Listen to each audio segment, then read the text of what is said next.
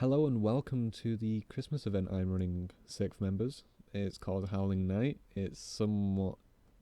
In fact, no, it's very not Christmas themed. It's quite the opposite. It involves killing and zombies and horror and other things like that. Okay, so this is a PvP event. You will be fighting each other. And this is a competition.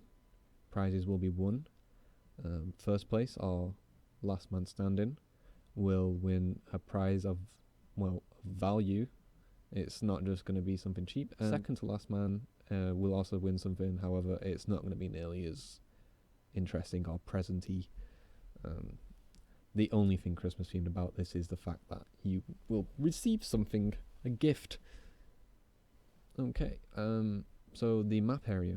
It's roughly 5.5 kilometers squared. That's just a guess, but as you can see, the red lines mark the boundary.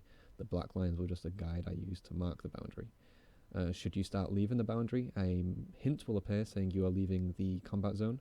You are going to want to spin around and walk the other way because the kill boundary has no mercy.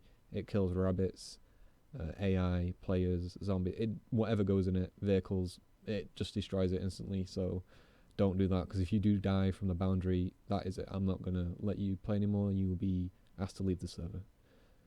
When you die, you're going to have an instant respawn. You'll see this area. I will also be here so I can hear you. The map itself is not just a general standard armor-free map. I've added vehicles and other such things to it, military bases. It's not going to be empty fields and then the standard towns you find in armor. There are actually things for you to see, explore and find. Camps, little roadblocks, bridges filled with vehicles, military towers, and a castle somewhere actually. You will all spawn at the edge of the map. The spawn locations will have you facing inwards to the center. Some people may spawn near things. That doesn't necessarily mean they are going to get anything better or quicker than you are. Zombies. Zombies are not a huge threat. As you may think, zombies usually come in like massive hordes and all this stuff. They're more there to be a little bit of a scare, but also to stop you from being able to just do what you want quite easily. If you got zombies roaming around the town, you have to take things a bit more carefully, stealthily, maybe not get noticed, because they do just hunt you down until you're dead or until you shoot them. Loot is another thing that needs to be mentioned. It's not just going to be in boxes and stuff. You will find weapons lying around, maybe under beds and stuff like that, but they are not just inside buildings. You may possibly find them outside in gardens or even in the center of fields out of nowhere. The sun is not an infinite resource, and I don't mean literally like it's going to go into a supernova one day. I mean it's going down, it's dusk, it's quite late at night. You have roughly 40 minutes of playtime before the sun goes over the horizon. That's 40 minutes of good, clear visibility.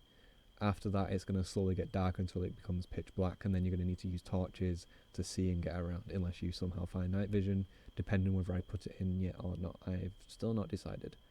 Once it does go dark, you'll notice quite a few lights around the places. These are usually camps.